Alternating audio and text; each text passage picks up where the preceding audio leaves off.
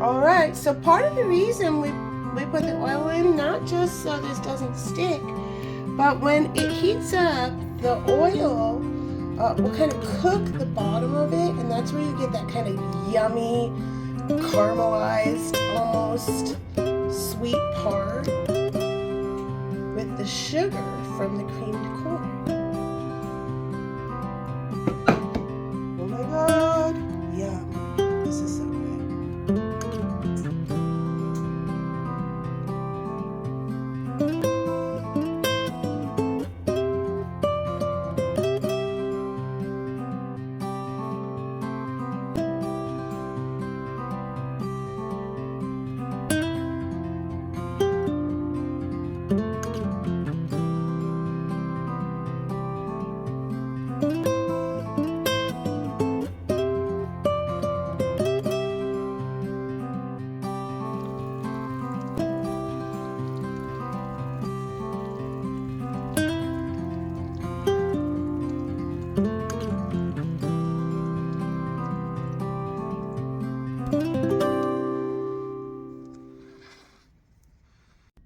What's up, dudes? That's what I have for dinner. Alright. Okay. Who's this message for? Who's this message for? These are the rest of the signs we have left for the individual messages. Who's this message for? Somebody may have a spectrumy kid. Okay. Right when I said that, this fell out. Pisces. And Scorpio. Listen up. For a second, it looked like I have blood running down my finger. That might mean something. So, if you have, especially like a girl, there is a line between food particularness and eating disorder. It can kind of blur. And especially if they're a spectrumy person, especially if they're a girl. A teenager. And so spectrumy people are kind of like cats. So a cat will look at a plate of food, and if the cat doesn't find that plate of food palatable, it'll just sit there and stare at the food until it withers away and dies.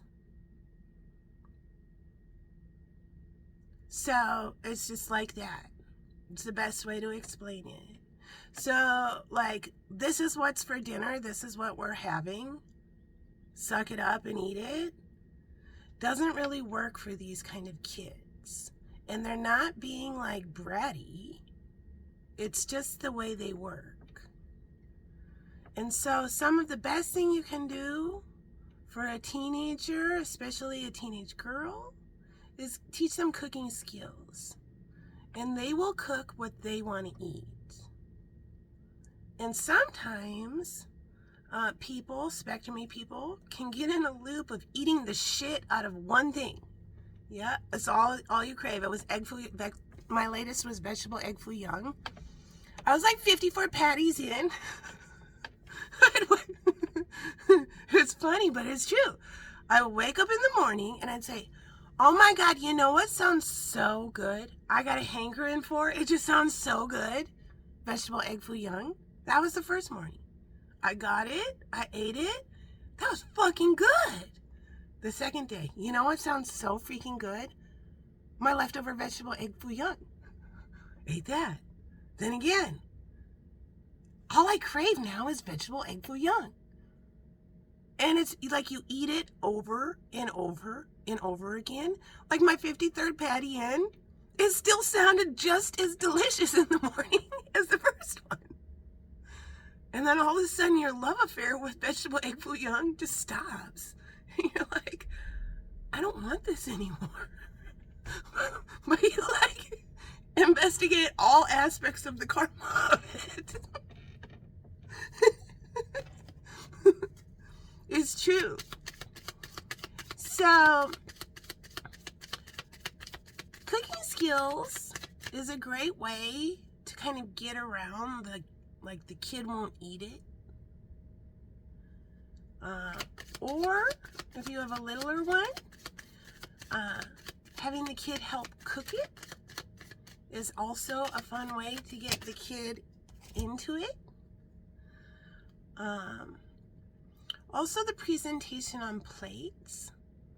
So if you have a picky eater, a SPECTRUMY kid, a sensitive kid, your dinner plate that has the beautiful pattern on it or whatever that you really like, that the food may clash with the pattern on the plate in the psychology part of your kid's head, and it all looks unappetizing.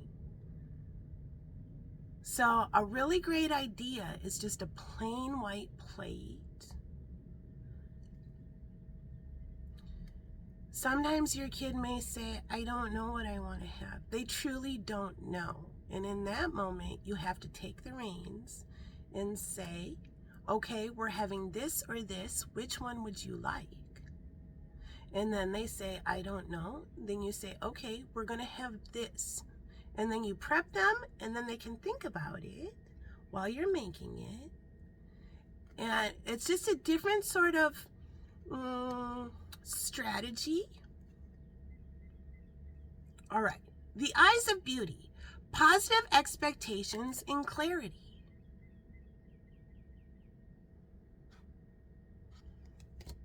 The well watcher. Wisdom. Power of the divine. So if your kid is saying, if you have a SPECTRUMY kid, a sensitive kid, a highly intelligent kid, and if they're saying, no, I don't want to eat that, they're not dissing your cooking, they're not trying to be a little brat, they're not trying to be any of that. It has to do with their sensitiveness and their spectruminess. And whatever it is, they act like a cat. And it's not a diss, it's just they can't palate it. When I was a child, when we went out to eat a lot, my dad liked going out to eat on the weekends. And I would always get fried chicken every time. Chicken, that's what I call it, chicken. And that was always, still to this day, is kind of like the family joke. What is Molly going to get? Of course she's going to get fried chicken. Because I eat the shit out of fried chicken. The dragon's duel. But I also could not stand the texture of whipped cream in my mouth. I love whipped cream now. Back then, no whipped cream. I'd always say, no whipped cream. The texture of it was too much for me. So these little quirks and stuff like that, isn't your child just being a little brat? It's a sensory overload. The dragon's duel. Inner conflict, morality, and conscious choice. So if you have, like, say, like the teenager who is a very picky eater, if you teach them cooking skills, they can cook what they want to eat. And so that's a good step in going forward with that kind of thing. And understand the concept of, this ain't a restaurant, you're cooking what we're having, doesn't work with these kind of kids. All right, there's the message. Peace out.